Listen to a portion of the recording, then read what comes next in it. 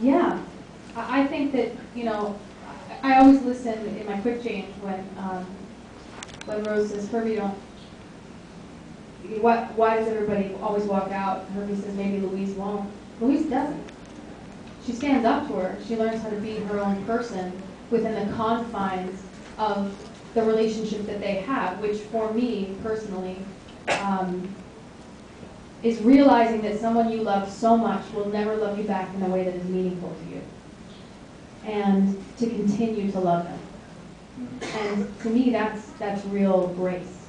And I feel like at the end, you know, when we have, you know, we fight it out, we duke it out, and then we have a reconciliation. And then she says, you know, I hope I'm not spoiling it for anyone.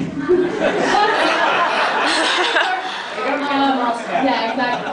So, you know, when she says, you know, Madame Rose and her daughter Gypsy, that, you know, when I walk away laughing, to me, it really is funny. I mean, she's a really funny person. The way that Patty embodies her, you see why people stick around. She does find the humor and the light in everything and spins it in a positive way. So I think that beyond forgiving her, she is welcoming a real relationship with her, in which she understands the confines, and that's pretty much it. One thing that I want to ask you, Patty, is that in a conversation with Arthur Lawrence for New York One, Arthur said that at City Center, with Rose's turn, you were bringing the audience to their feet, and yet it wasn't quite working. And so you worked on it together. And it worked at the St. James. He went backstage to you and said, "You got it." Can you tell us a little bit about how you worked on that? On Rose's turn. I guess I'm text driven. And when I did this initially, the first time I did this, Plays Rose, was at the Ravinia Festival, and our wonderful choreographer, Bonnie Walker, who was the approved choreographer for the Jerome Robbins estate, gave me what I believe would have been the Ethel Merman choreography, which was shimmying and skipping and bumping. And I didn't understand. She's just fought with Louise and denigrated Louise as a cheap stripper. If she was going to prove that she was better than anybody, why didn't she pull out the batons and the toe shoes and do Dainty June's act? Because that's what she created. And so I just couldn't get my head around, why is she doing a strip? So they allowed me to sort of deconstruct it a little bit. I mean, I was never comfortable with it. It was not registering. When we got into rehearsal at City Center, when Arthur and I started working on it, and the first time I did it, he basically said, "That's crap."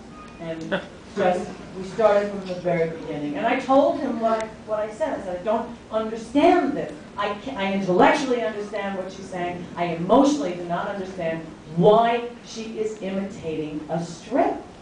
She would do something else. That's Louise's thing." So he allowed me to deconstruct, and Bonnie clearly allowed me to deconstruct it, so that I could do the final number in what, you know, this play is leading up to, is, you know, Rose's turn. I could do it with the impact it needed. And what he allowed me to do is we investigated the lyrics. We figured out how I could move my body so that it was me, not, well, Patty as Rose. And what's happening now is I'm understanding the strip. But, you know, for me, and I've said this forever, it takes me a long time to learn anything. I should be given 6 months of previews. You know, in front of an audience. But so I think that he had the guts. Arthur is the man that took the biggest risk in this entire revival of Gypsy, because he allowed this company to reinvestigate. I don't want to say recreate, because we're not recreating. It is a brand new interpretation of Gypsy, and he allowed that. You know that expression, if it ain't broke, don't fix it. Well, it ain't broke. But he allowed us to put a new thing with it. And so we allowed that road to turn to happen. And I'm forever grateful for it, because now I can play it without, you know. We have to wrap up because I know people want to get their CD signed. We didn't even get to the questions about the recording itself, so I just wanted to end up with, obviously, it's for the record, and Just so many sounds. Tambourine. If so, please wave it now. Thank you. 50 years from now, when somebody puts this CD or whatever it is, all right. Emergency door.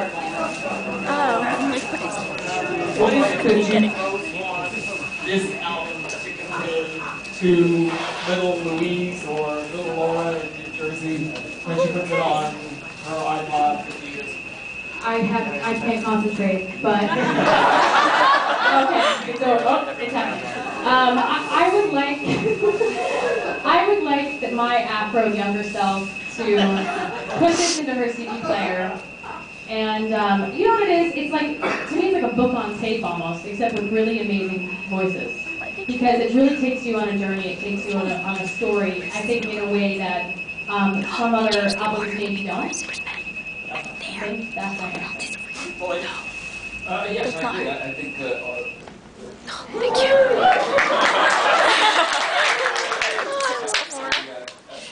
during the recording, I think that seemed to be the real concentration. They changed the order. Arthur and That's what it said. to make sure that what we were putting down was telling the story orally. And so some things were adjusted and changed just for the recording because it was, being told, that you would hear it rather than see it. So Patty, do you think anybody's going to be doing this trip to 50 years from now? They'll be pulling out their hair. I don't know. I mean, I can do that. I can't imagine. I can picture it all. What? All of it. Take it on YouTube.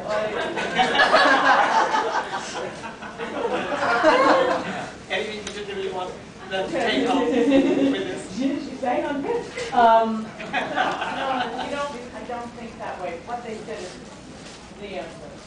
Great. Well, thank you very much. Thank you.